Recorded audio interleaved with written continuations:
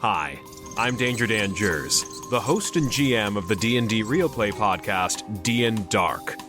Join us on Wednesdays for an absurd, over-the-top comedy horror adventure, starring some of history's most infamous monsters. I'm Ben Magnet. I play Mary Frankenstein, our barbarian. I am Daniel Cruz. I am playing Imhotep the Mummy, our cleric. I'm Jordan, and I play Larry Talbot, a lycanthropic warlock. I am Grayson, playing Jet Griffin, the Invisible Man, the party's rogue. I am Aaron. I play the Phantom of the Opera, our bard. For more information, go to dndarkpodcast.com and listen to us anywhere you find podcasts.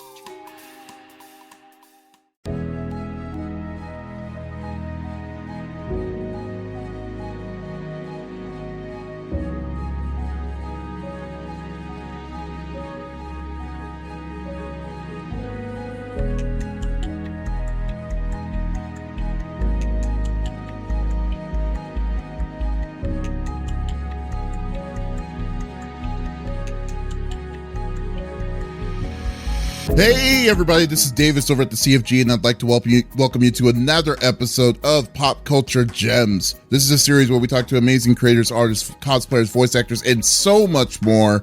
If you like the interviews we do with these amazing guests, give us a thumbs up and subscribe to our YouTube channel, the CFG channel, or you can either go to our main website, confreaksandgeeks.com, or listen to it on any podcast services out there. Today, I am with an awesome voice actor,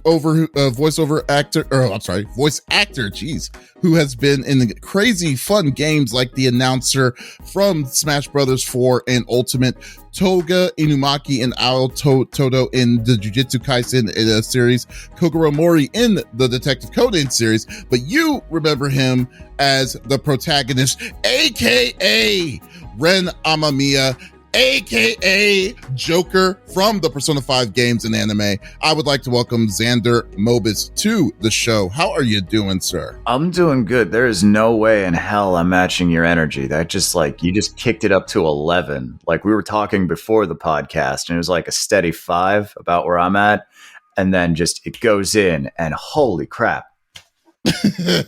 man, you have to catch the people. You have one time impression, and then after that, it's like, oh, okay, we gotta find out how energetic this podcast is. So that's what I've learned. Hey, listen, by the way, I should have asked before. Am I allowed to swear on here, or is this like family friendly? Keep it clean. Oh yeah, sure. You can swear. I'll try not to swear a lot, but I mean you can swear, not like on the deal. But it's all good. Yeah, I'm just never sure. No, I definitely understand. But no, but welcome. I really appreciate you doing this. It's really cool. Yeah, man, good to be here. All right, awesome. Well, like I said, let's just get this party started.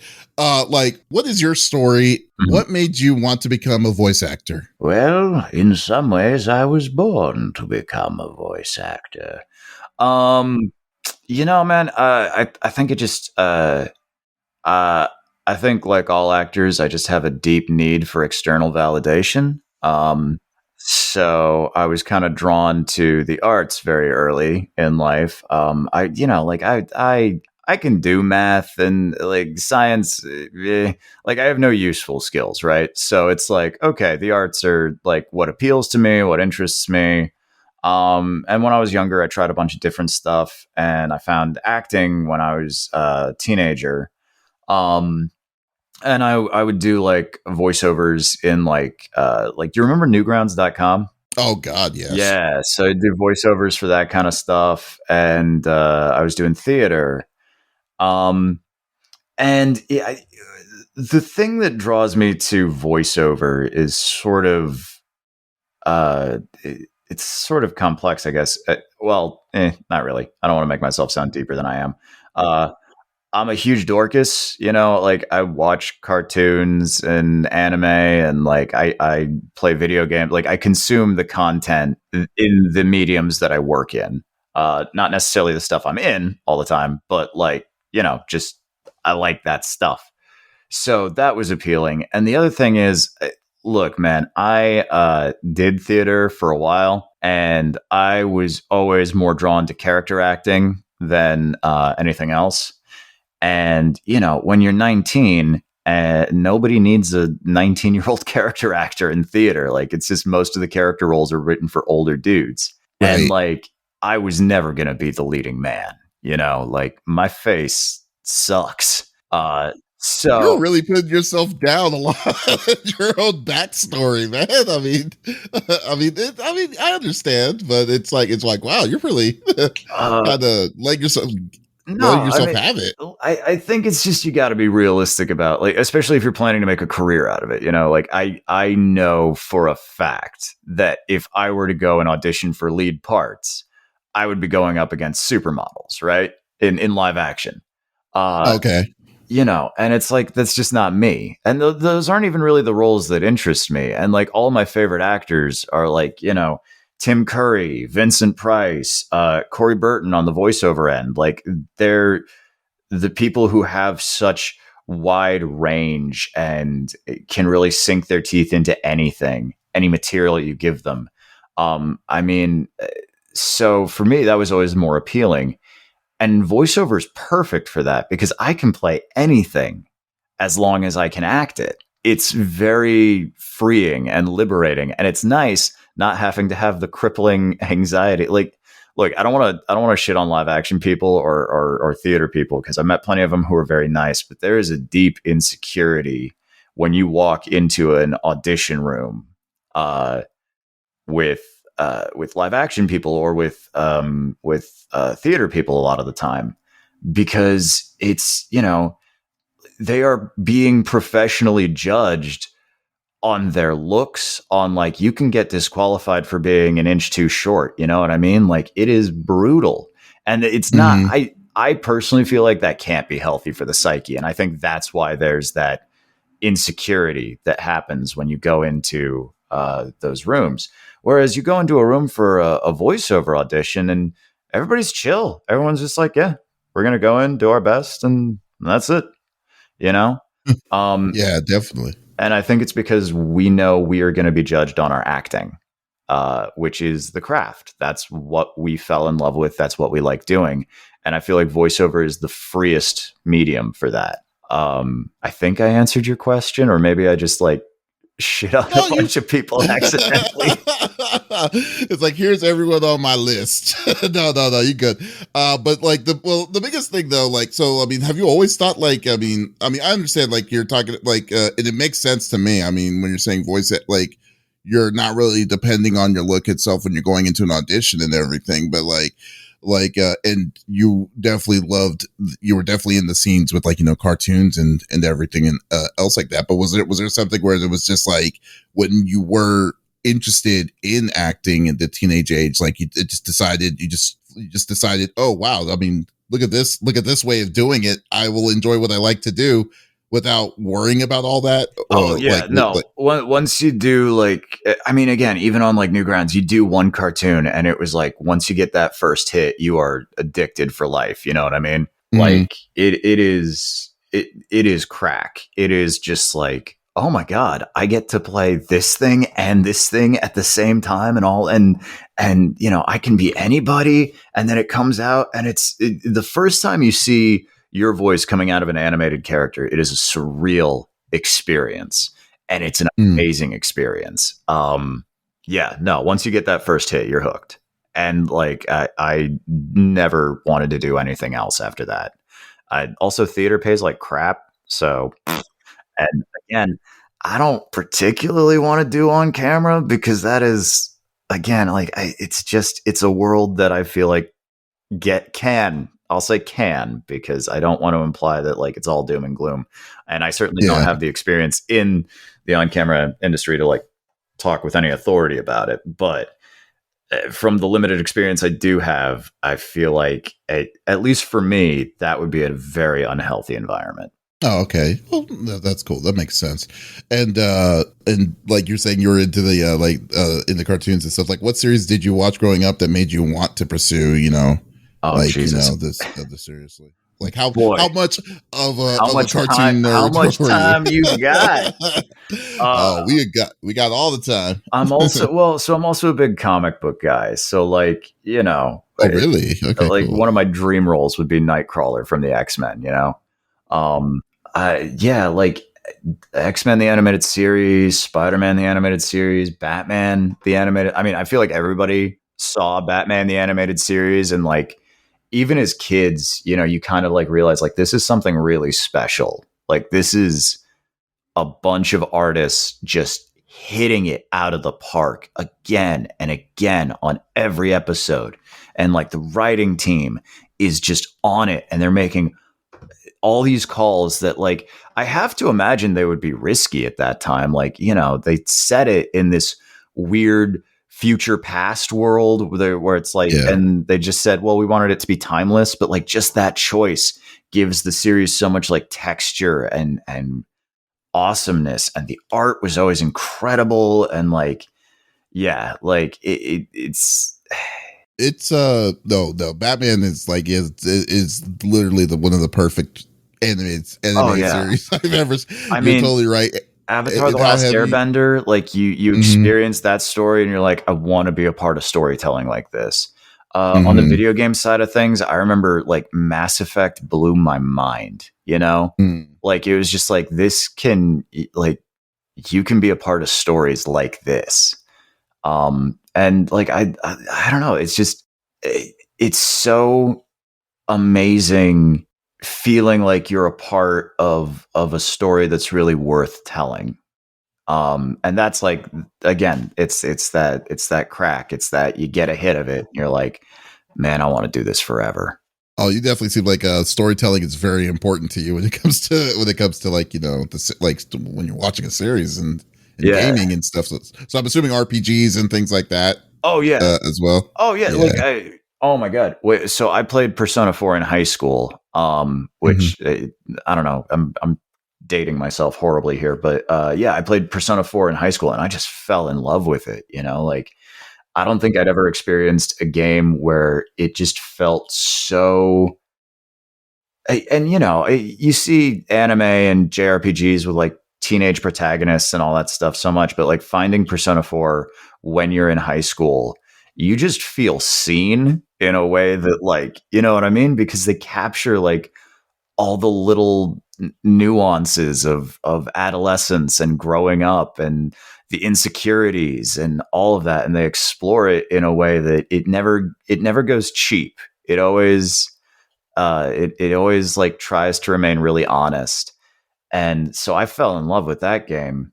So then when Val, our director, I was in for another video game, and she was like, hey, so we'll see you back for Persona 5. And I just went, excuse me?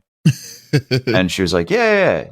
I was like, oh, can I ask who I am? And she was like, oh yeah, you're going to be playing the protagonist. So, you know, not the most lines, but, and I was just like, no, shh. Thank you. I left the room, and like as soon as I was out of sight, I jumped in the air and did a heel click. Like I was so excited. Did you even audition for it, or did they just gave it to you? That's so. Wow. What had happened was I had worked with the Atlas guys on a game called Shin Megami Tensei 4 Apocalypse, where I played Dogda, who's the Celtic god of. I don't know, he's like Celtic Odin, basically. Except in this game, he's got massive mommy issues. So he's like, no, Mom, I'm not going to clean my room. Why don't you just understand me? So, and that had been at the same studio. So when they were casting Persona 5, my demo reel got pitched for Joker, and they picked me based off that. Oh, that's awesome. That's like the best. That's the best kind of jobs in itself. It's like, oh, right. It's like, I don't have to do. Thank you very much. I will take the paycheck. I will take being a part of a series that has meant so much to me. What? It's even. Yeah. I'm obviously biased, but you know, playing it, I was like, oh my god, they managed to top P4. God, yeah, they really did. Like I have to say, like Persona 5 is one of my favorites as well, and you know what's crazy, because like I don't like DLCs, like, you know, like additionals or like when they re-release a game, because like once I played the story and then I'm done. Right. But like Persona 5 though was one of the very few that I was like, I platinumed the first one. Then I platinumed P5R when it came back out again. And I was like, this game is just amazingly fun. Just like overall, like Persona's world is just, ooh, Honestly, It's like great. one of the things that gets me every time is my brother will like text me when he's playing a game that I'm in, and like, or like if he's watching a show that I'm in, and he'll just be like, "Man, you sound really good, and I really love this thing." And every time it just like, oh, my little heart melts, you know? Oh yeah, oh you definitely you definitely bring it, man. Like I will definitely say that. Oh, But thank like, you.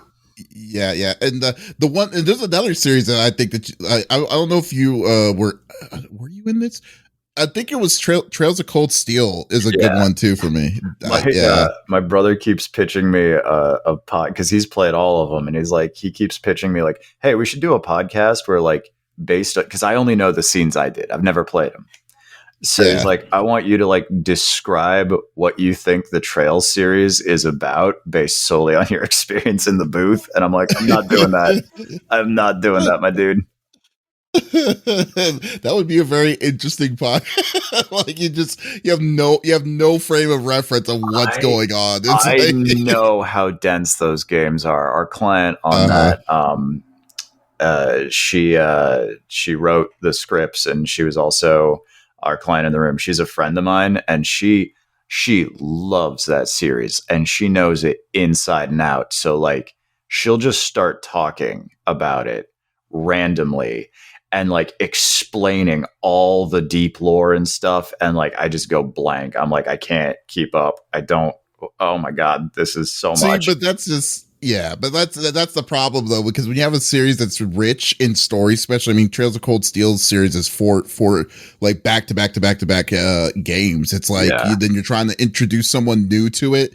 That person it doesn't matter what kind of person you are, but they will introduce it to that new individual like as if it's God's gift to man, you know, but they have no idea what it is, you know. I have like, to imagine it's sort of like me explaining One Piece to people, right? It's like, because like you have to understand, like, I don't know if you're a One Piece fan, but you have to understand when you get into One Piece and you fall in love with it, you have to recognize that like you will forever be that guy at the party who's the worst and trying to get people to watch One Piece, and you'll try to explain it, and it's like, no, you don't understand. So in like episode 1000, right? Like Kaido turns into a dragon, and there are all these samurai, and they're like, "Oh, I'm gonna get you." And then like the animation goes crazy, and there's a cat who's got a pipe, and he turns into like a werecat, and it's so fucking cool, you know, like.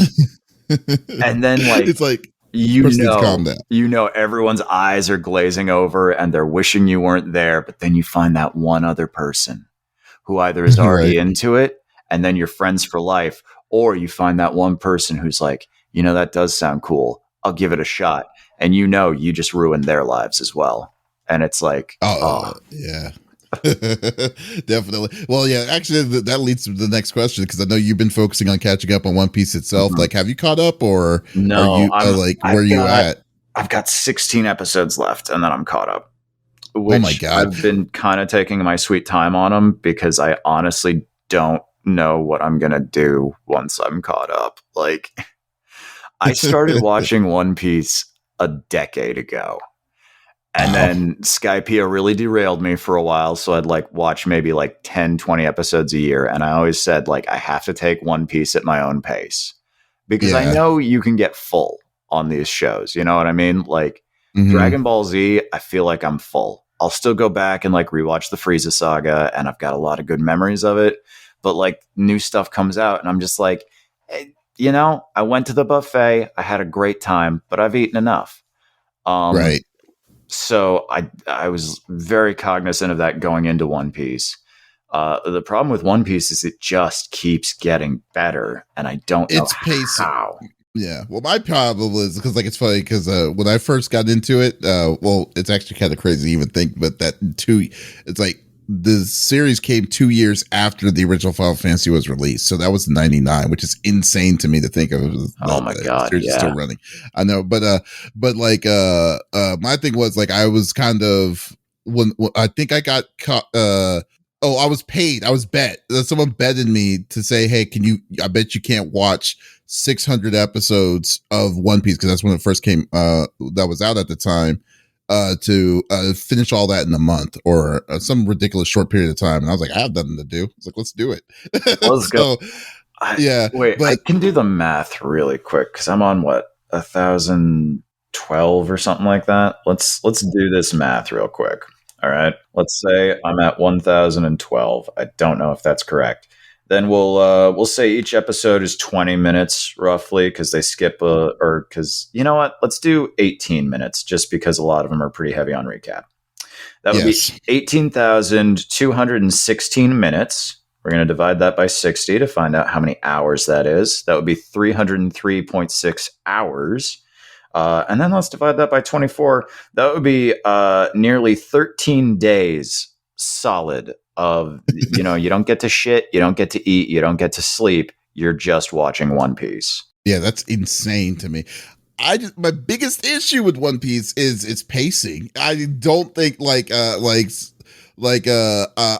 stuck right now. I think I'm stuck at the what's her name? Big Mom's. Oh, Whole Cake? Whole Cake Island. It's like, my God, this thing takes forever. Like, it's not even just Whole Mom. Like you were saying, Skypiea is also another one of those weird lull spots. Skypiea is a slog, man. I forgive anyone who skips Skypiea. I get it. Yeah, but like, come on, man. But like, even Ace, spoilers, but like Ace's execution thing. But the Paramount War. Because the Paramount, like when he literally got off the boat to run at the place where he was going to get killed, took him 30 episodes just to run at him. Like, how far is this thing? It's what? It's like, Jesus. Jinbei literally this is a tangent before we get back to Whole Cake, but Jinbei, I love Jinbei, and I'm like, I feel kind of out of place because like it's nearly impossible to pick your favorite Straw Hats. Luffy's number one just because he's too stupid to lose and I love him. But like, if you have to pick your favorite Straw Hats beside that, it's so hard. But like Brook, Zoro, and Jinbei, and like Frankie is in there too. And I really like Frankie. I think I like Nico. Nico Robin was one of my favorites. Oh, Robin's great. They're all so CP9. Good. Like, honestly, like I was watching Whole Cake when like the Sanji Luffy fight happens, and like there's just tears streaming down my face, and I'm like, my children are suffering. But Jinbei, I love Jinbei because he is the tank that everybody wishes they had in their D&D campaign. You know what I mean? Yeah. Like he will fucking carry you to victory. In the Paramount Wars case, he literally carried Luffy. He really did. But like, Whole Cake. Whole Cake is. I like Whole Cake. I like a lot of things about Whole Cake Island. And like, if you're a Brook fan, you are eating on Whole Cake, man. And I am a Brook fan. I love him. He has been making skull jokes for like 800 episodes, and I still think they're funny. But dude, have you gotten to the Katakuri fight yet? Well, the Katakuri fight was the best thing on Whole Cake. I'm not saying Whole Cake is slow. Well, it is slow, but I'm not saying it's boring. But there's so much that happens on that island. And then I'm at the. I decided to start reading because to make it a little bit faster. Oh yeah, but probably a good call. Yeah, and but like the escape to leave Whole Cake, because this is after he defeats Katakuri. Is just like, wow. So wait, let me get this straight. So you go on one boat to while you have to build the cake for a berserk version of Big Mom. Yeah. To go to a different island to pick Luffy up, and then at the same time try to break the barricade to get out of Whole Cake. Yeah. Pivot to get out of Whole Cake. I'm like, good God, this is. Yeah, pretty intricate. It's one of those weird things where there's a lot happening technically, but because it's like you only get a little piece of each one every episode, the pacing feels really slow. So I totally get it. The Katakuri fight, I really like Katakuri. I like that. Oh yeah, him and Luffy kind of become like weird frenemies based on mutual respect over the course of the fight.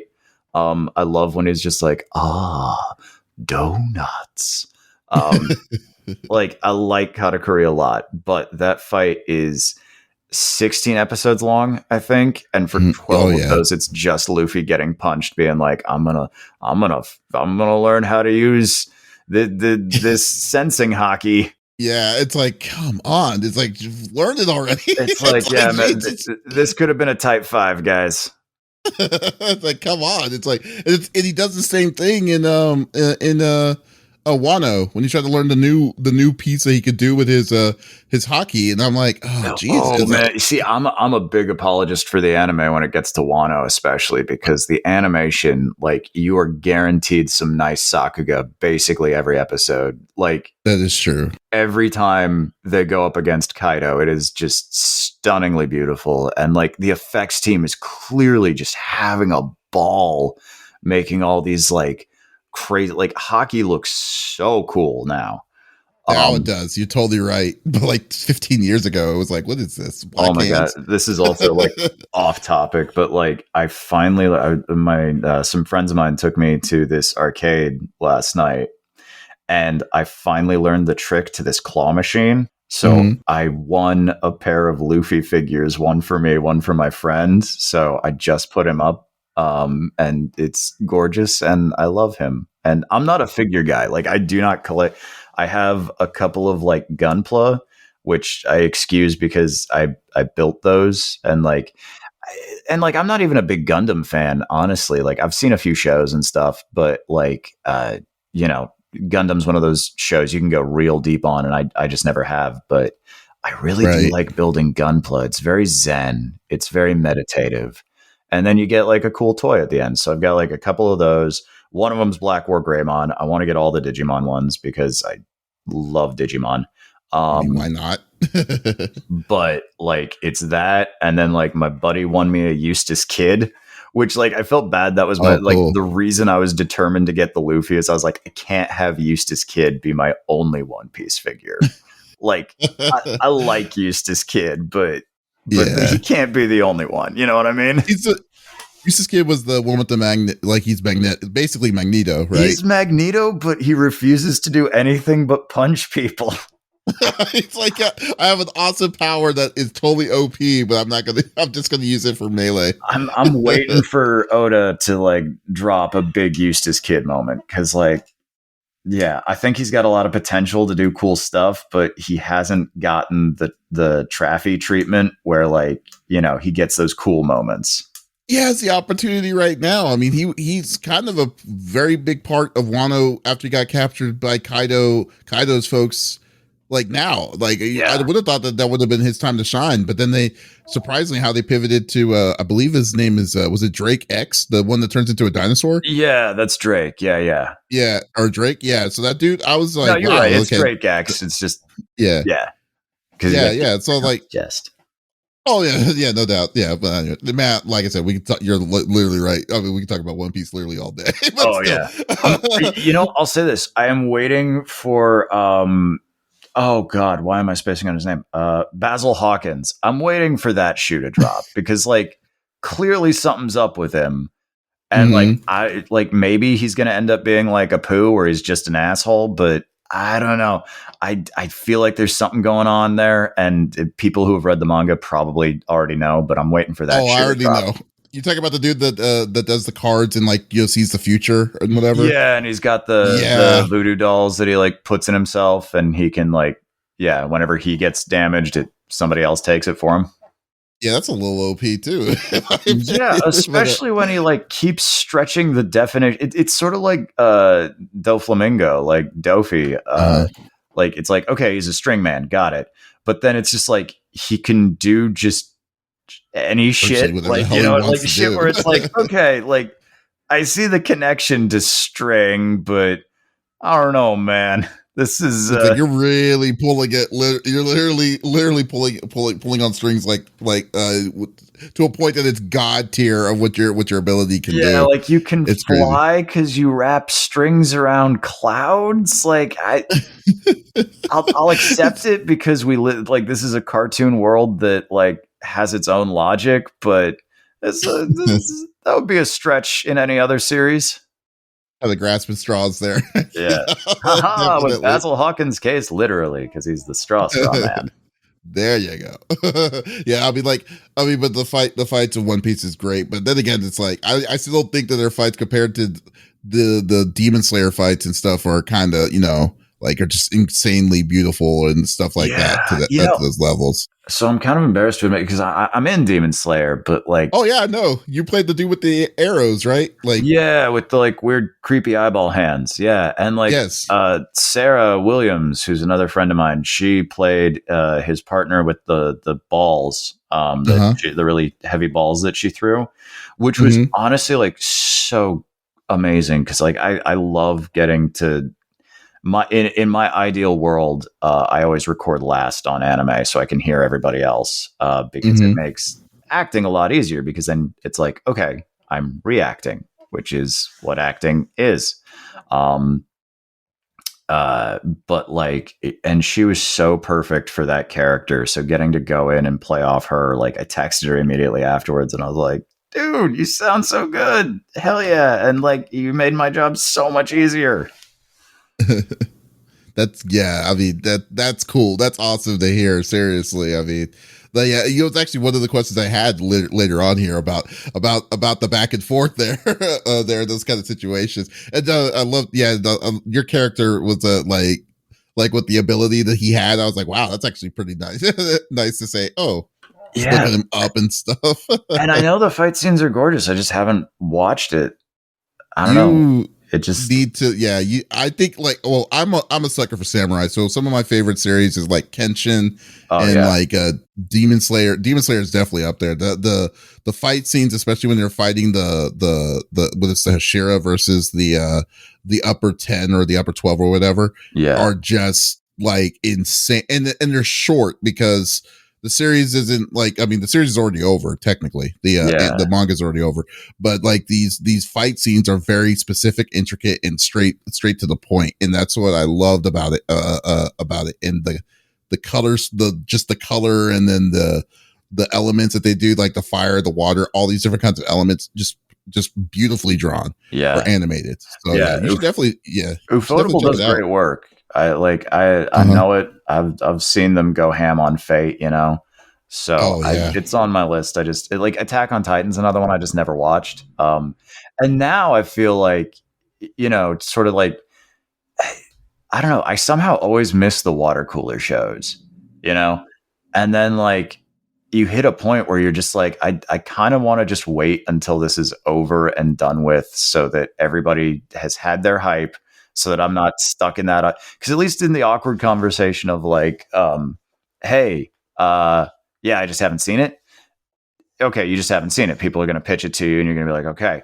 But if you like are on like season 1 or whatever, people always do that thing where it's like, oh, just wait. And oh, shut up. You're that guy. That's like all of a sudden it's like, oh no, don't be that guy, please. I know it gets better. Come on.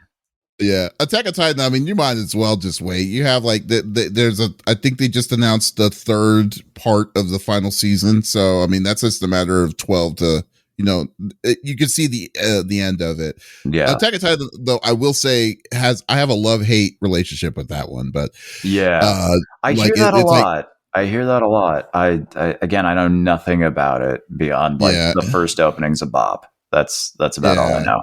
That's what it is. Like the first one comes in hard, and then later on it's like, then it picks itself back up after some big reveals happen, and then it's like, okay, cool. But to say that it's one of my favorite, I wouldn't say that. I think that's too much to say. No, I think that you're in the exact moment. Like I totally agree where you're at with that series. So it's like, see, I got turned off Attack on Titan early, and this is like the dumbest reason. I have to admit this fault. This is like nothing to do with the show, but it got announced. The hype was real.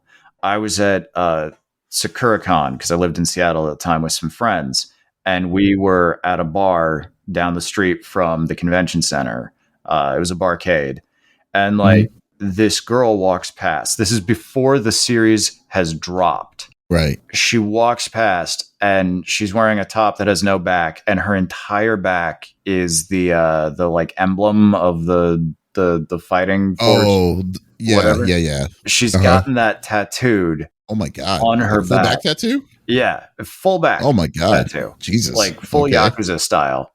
And I don't know why, but just that moment of like, you haven't even seen this show yet, and you've decided to dedicate this much real estate to it. Like, I don't know. It just seems so insane to me. And like, don't get me wrong. Like, I'm planning on getting a Berserk tattoo, but it's not going to take up my full fucking back, you know? A Berserk tattoo is just a symbol. You got the symbol, right? Oh no!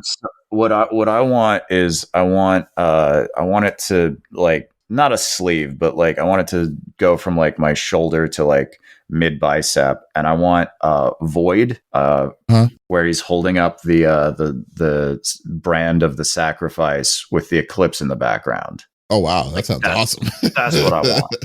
Yeah, that's a half sleeve. Yeah, that's reasonable. I mean, but like full anything. Well, to be honest with you, anything full back tattoo is it's a very gray area in my opinion. Like, yeah, like that's the thing is like you got to be real dedicated to take up that. Like, if you get a like if you just had the symbol on like your arm or whatever, it's like, yeah, fine, whatever. Like even if you end up hating it, like, and that's the thing with like Void is like, I assume if I want to actually like complete the half sleeve or whatever, I can just get stuff around it. You know, you can get a lot of people have bad tattoos. I don't want to like pretend like you know, this is not a secret, but like, I feel like big bad tattoos are like the ones you're gonna regret. The tiny bad tattoos that you're just like, yeah, all right, whatever, I got it. It's one of many. Or you see like the tramp stamp of something randomly.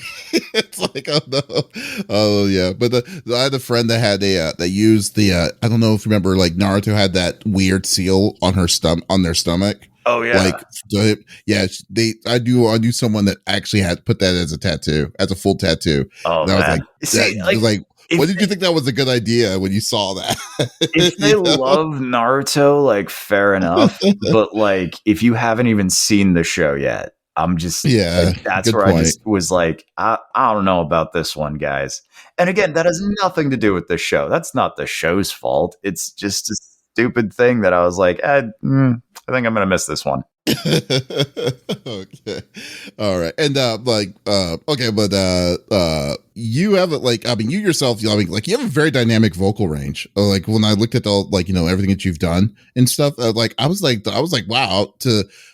I thought that there were like a bigger person doing some of these characters, like Abigail from Street Fighter V, like even your announcer from Smash Brothers 4 and Ultimate Series, like very boisterous and stuff. Like, was that something? Yeah, was that something that you have always had, or was this something that you improved throughout your overall career? I don't know, man. Like even when I was like 17, 18, I was being told I didn't sound like a teenager. So, and I mean, like I'm a fairly big guy. Like I'm 6'2".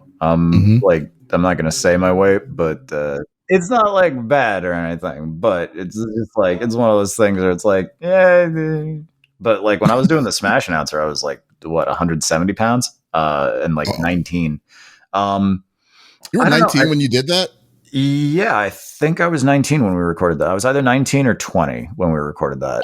Oh. And like, yeah, I don't even know how to answer this, man. Like, it's one of those things where like you play around with it, you figure out what. Like, the announcer is a combination of two people. There's Gary Owens, who was, you know, from beautiful downtown Burbank. It's Laugh-In. And then for the more bombastic stuff, it's, you know, the old Disney cartoons where like this pompous dude would like try to explain something. Oh, and then like Goofy the narrator of Goofy with The golfer is a consummate professional.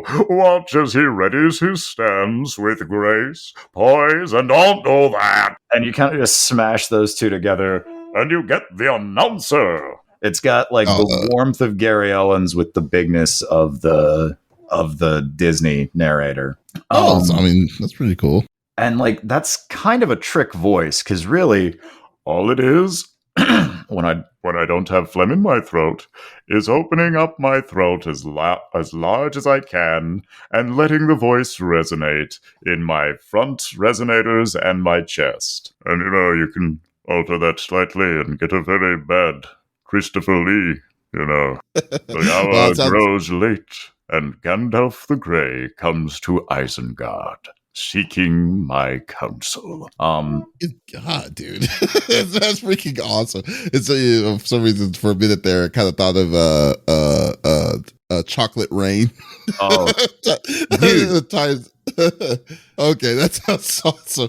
All right, wow. See, I mean, but I mean, like what you just did there, I mean, you have full control over your that. I mean, the vocal that is just insane and surreal to me, man. That's really cool. I guess the only thing is, as I get older, my higher range is going. And the thing is, like, I don't think I'm a particularly deep voice guy normally. Like, I think I'm fully like pretty firmly mid range. But my voice tends to have a little bit more texture on it. Like, obviously not like, Steve Bloom or John DiMaggio levels, but like enough where when I play younger characters, they still come up, they still come out kind of raspy. Like, I did this thing where they're like, hey, can you play this 16-year-old? And I tried to do an impression of, have you ever seen Cabin in the Woods? Oh, yeah. The stoner kid from that? Yeah. Mm-hmm. And so he was very like, guys, I think this is a very bad idea. Wow, man. That is just crazy, man. That's awesome.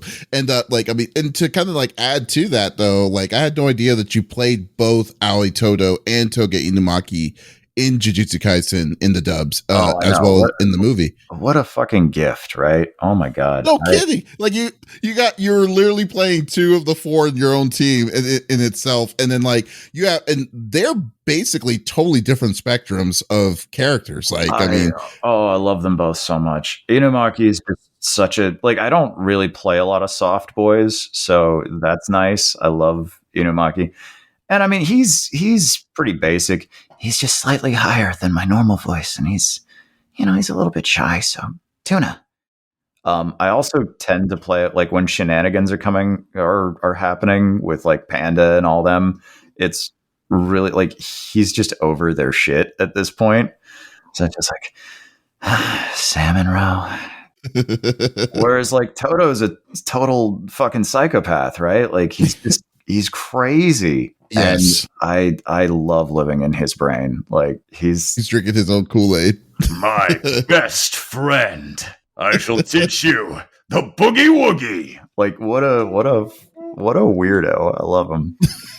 Very much so. But have you there are times when you have to interact with one another, with both characters together with one another, and does it feel weird kind of having that full-fledged conversation with yourself in two different tones or I mean, I know you're not doing it back and forth, but we record them separately, so we'll do one pass as one character and then another pass as another, so it doesn't feel weird. I think it's mostly just like you're crossing your fingers that you're just like, okay, I hope people aren't familiar enough with my voice that they're going to be able to tell both are me, and it's distracting. But like the good news is most people who consume this stuff, they don't know who we are, Yeah, that's true. Which makes our job a lot easier because there's not that face to recognize every time. As long as you can keep the characters distinct, you'd be surprised how little you can change your voice and get away with it. Like as long as the characters feel real and different, people, again, unless they're, and some people do take notice of our work and know us by our voices and stuff. And that's very flattering and that's nice. But, you have to assume that you're creating this for people who are just there for the story, not people who are there for you. Right. And when you do that, just as long as the acting is good and the characters feel different, people will usually not be able to tell. That's very good. Well, weird. So basically, what you're basically saying, the trick is just be different enough, and then they'll be like, okay, yeah, like understand where each character. Like obviously, Todo and Inumaki are coming from very, very different places. Emotionally, and the voice will always follow the character, right? Like what are the demands of the character? Inumaki is obviously fairly soft spoken. He's more on the I want friends, but I don't really know how to have them when I can't communicate, but somehow I've found this lovable group of psychos and we're all gonna just have a good time and Whereas Toto is just on a different planet, like a different plane of existence. His brain does not work normal, and he's very outgoing and boisterous about it. And like, I love the line, and I was so glad I got to record after Adam, who plays Yuji, because we're doing the baseball game, and Toto like takes a ball to the face and passes out, and Yuji just looks at him and is like, "Wow, Toto, everyone really does hate you." Oh, that's freaking hilarious. But I mean, like, I definitely love. Yeah, you definitely doing a great job. Keep up the good work on that. If there's a thank you season so 2 much, or man. Thank you. Yeah, no problem, man. And I know that and I know one of the characters too that I remember you playing was Momoshiki in Naruto and Boruto series. And what makes it is that he's just a nasty son of a bitch, in my opinion. Like, he's like the swarmy guy, you know? Like, yeah. And he looks like, I mean, but he just seems like a riot to play in general. Like, I mean, because he's smooth, soft talking, and he's the antagonist. So he basically goes on his own roles. Like, how was your experience playing like a character like that? Like, did you love it, or was it just awesome? That sent me down a long road of like playing weird perverts for that director. Like, they also brought me in. I did another character. Well, I do Inojin in the show and in Boruto, and I also did an arc villain named, oh god, what was his name? He had shark teeth. Kasami? Oh no, you said this is Boruto. Yeah, this is Boruto. Hold on, let me see if I can find this real quick, because I don't want to mess that character up. Opened up a web of creepers for you. That's terrible. This is like not a joke. Let's see, is he listed here? Come on, he's got shark teeth. This can't be that hard to find. He was like a water ninja, and he was all like, ooh. Oh, was he with with Sasuke's crew from a long time ago? Shizuma was his name. Okay. And like, he was creeping on this, and for him, he was a bit more, yes, we will bring back the bloody mist village. Oh wow. But he was creeping on this, Kagura, you shall take your place as the Kazekage. And that guy was played by Bryce Pappenbrook. And the first time I met Bryce, he's like, dude, you do a great job creeping on me. I was like, I'm sorry, what? I was like, in Boruto. I was like, oh my God. Okay, cool. Yes. If that's the first interaction that you had with Bryce Pappenbrook. I know. He's such a nice man. He's wonderful. But yeah, like, I just got Momoshiki, like, started this like train of weird pervert characters who are just like a little creepy and a little too touchy. But yeah, Momoshiki is fun. It's it's always cathartic getting to again, actor in need of external validation constantly. So like, getting to play somebody who feels so superior to everybody else, it's kind of cathartic, Just being, oh, you inferior creatures. And that was his thing. He always called them inferior creatures. And then like, he gets him and the dude from Demon Slayer, I don't know like if this is just like a trope in Japan or what, but they were both very upset when their cloaks were made dirty. Wait, are you talking about the main dude from the main bad guy from Demon Slayer? No, my dude in Demon Slayer. He kept he kept being like, you're kicking up dust. You're making my cloak dirty. And Momoshiki did the same thing. It was so weird. It is. Wow, I didn't even think about that comparison. You're totally right. Maybe they have maybe they're OCD too on top. Well, I guess Momoshiki has to be OCD because he's wearing all white all the time, but still. Yeah, he's also an alien. And like, I fell off the Naruto train. Like, it started when I was in middle school. I watched like up through the Sasuke retrieval arc from Shippuden, and then I just kind of, I don't know, just sort of stopped. So like, when they booked me on Momoshiki, they were like trying to explain it. I was like, wait a second, they're aliens now? What? It's like, what the hell's going on? What? Oh man. Like, so like, they're alien ninjas? Okay. I stopped at the Jiraiya fight after, or no, Pain versus Naruto after the with the animation, and I was like, okay, that was a good place to stop. But then when they showed the end of like before the final fight of Sasuke and Naruto at the end of the Shippuden series, I was like, what? Why was this like? Why is there so many dead people? And they told me about this weird clan, and I was like, what the heck? Where did this come from? Yeah.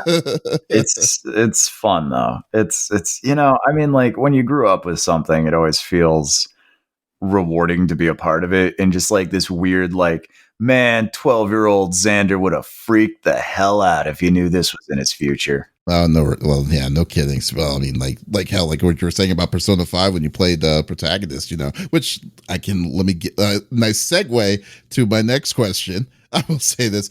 I would say, like, as you know, you played Ren in the P5 games and the anime series and stuff. But in the game, most of the time, your character reflects the user's choices. So, like you said, it was very limited on your voice acting role in the game itself. But however, you played more of a central role in the anime with Ren itself.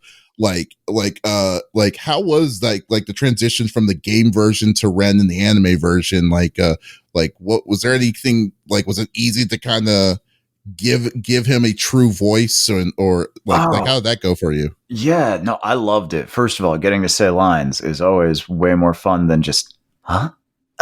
Yeah, I should write something. Or Persona.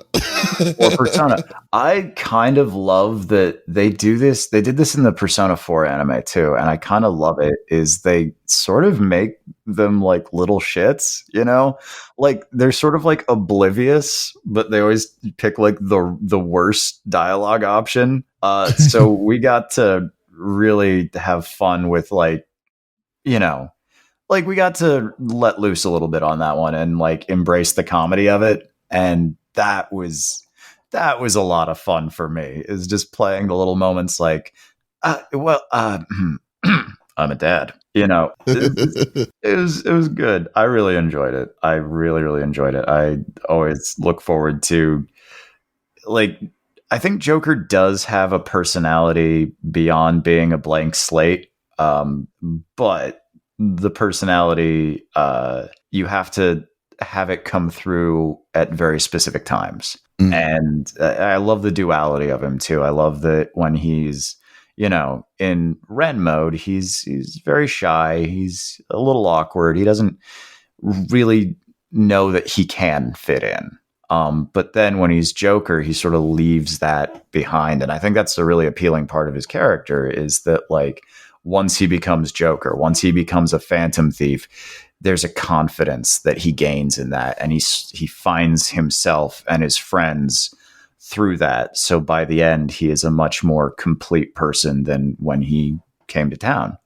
And yeah, I really I could gush about these games all day, man. Like, man, like it's funny. My girlfriend was telling me, like, when I told her, like, I love RPGs too, and when I played it, I was telling her about P5, and I was like, one could argue that this game is about people hate, like, this game hates grown-ups so much that they decided to go against the system completely. It does, but again, I don't feel like it's ever cheap with it. I feel like it's focused on the exploitation that you sort of learn to, like, that's the whole thing, is like, we're changing people's hearts. We're stripping away that layer of selfishness and jadedness that people accumulate over their life. Like, I'm definitely much more of a grumpy asshole now than I was when I was, a teenager, and certainly more than, like in my early 20s even. So like, it's just sort of, I think we do accumulate a lot of shit throughout our lives, and it doesn't always, obviously, but it can, make you very, it can make you jaded. It can make you cynical. And then you see these people in positions of power who are exploitative of other people in one way or another. They're predatory. And it's really about, okay, we go in and we strip all that away from them, and we make them confront how they've exploited us, how they've exploited the world.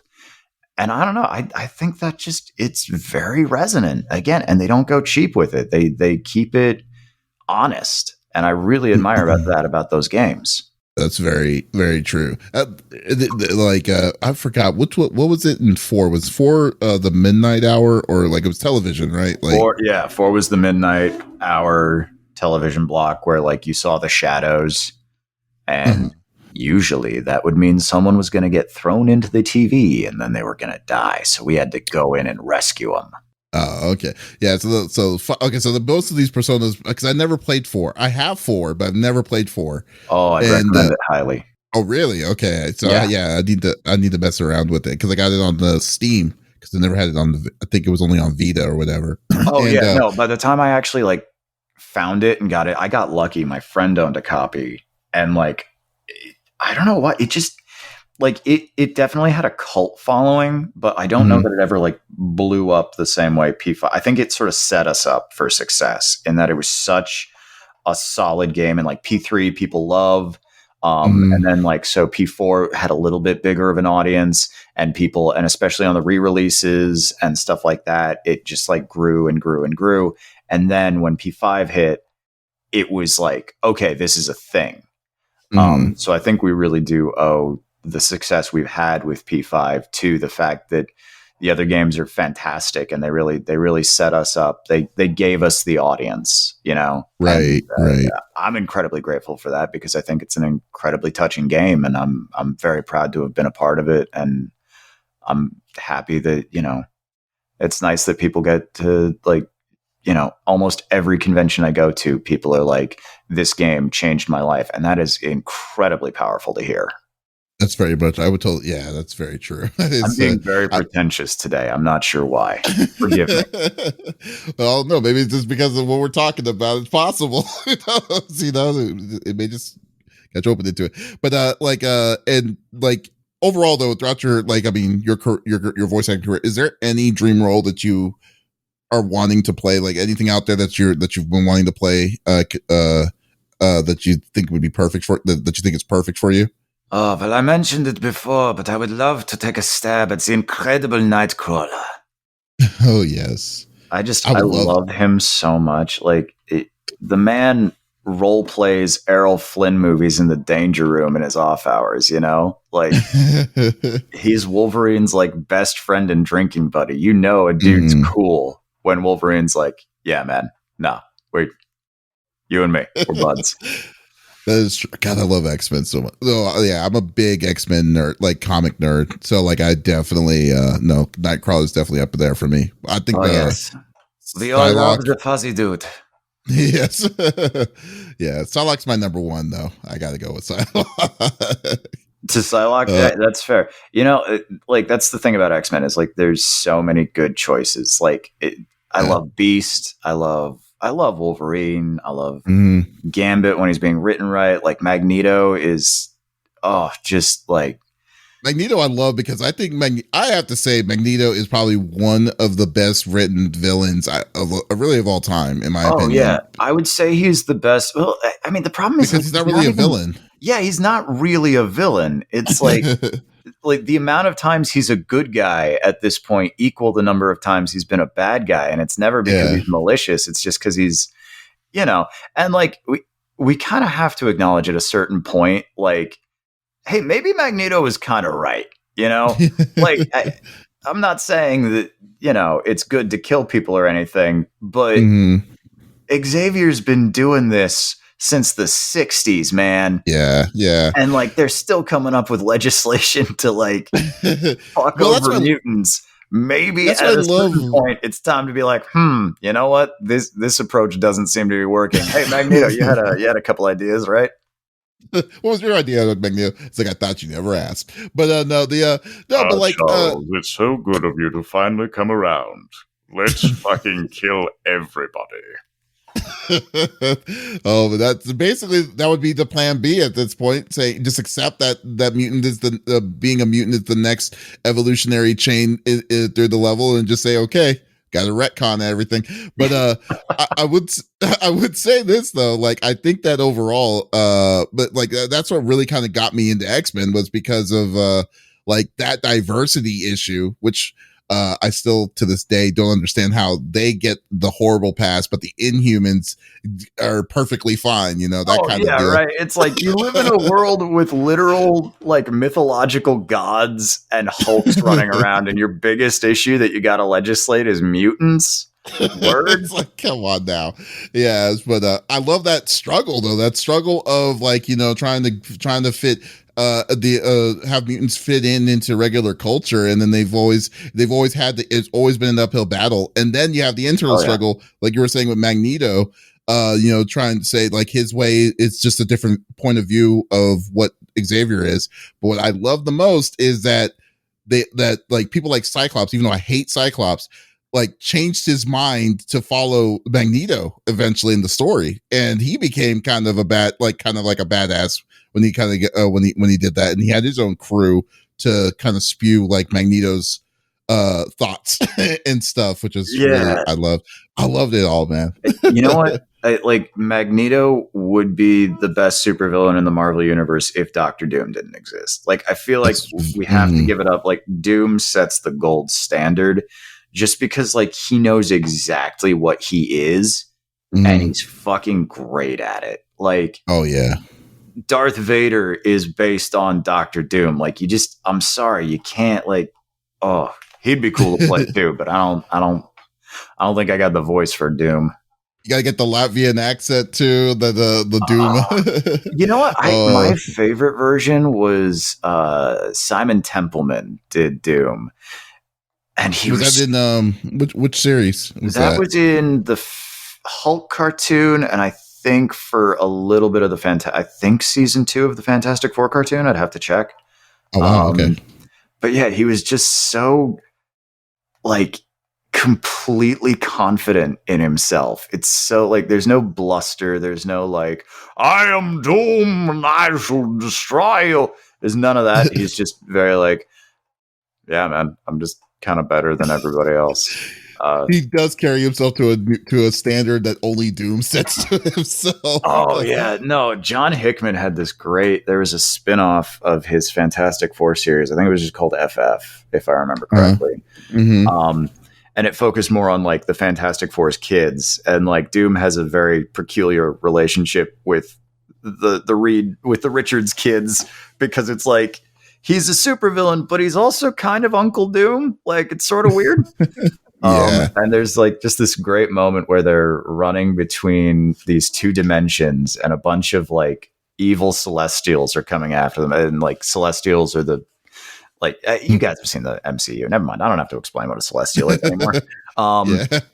So like these Celestials are coming after them, and like they need time to get away. So Doom's like, all right, kids, you go, you get through the gateway and you close it behind you. You make sure these guys don't get back to our universe.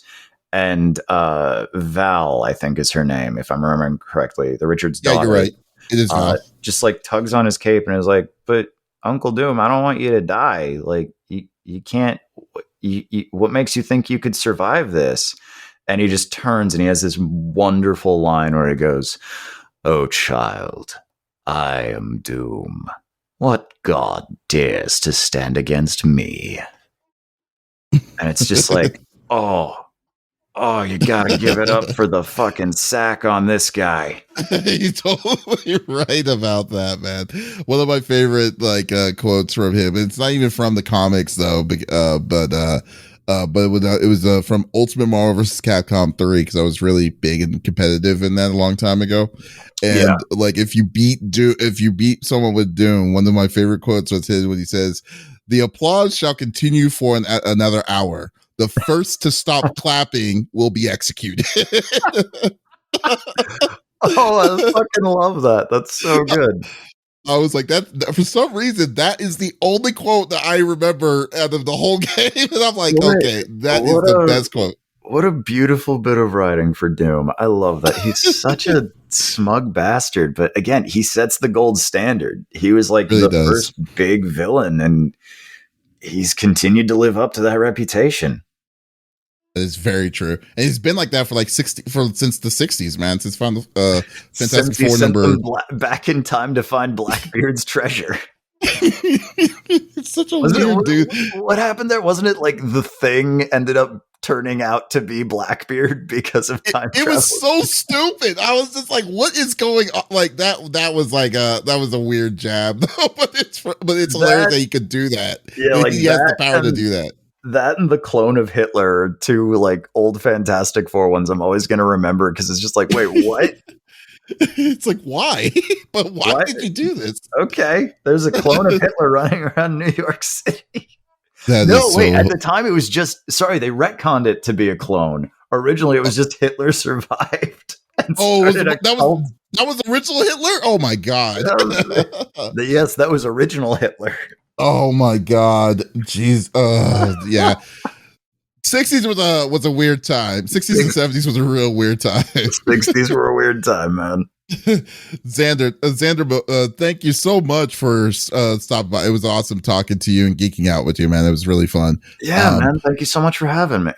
Yeah. Before you go, what are the upcoming events that you're going to be at? So folks can probably stop by, swing by, say hello to you. Oh boy, good. Yeah, that's a great question. I think my next one is Acon in June. Nice. So yeah, come by, say hi. I will be there. I don't know what to expect. I've never done Acon, but I'm excited to learn. Acon, I live in Texas. I actually might go to that one then. Oh, sick. Well, I hope to see you there, man. Yeah, definitely stop by, say hello.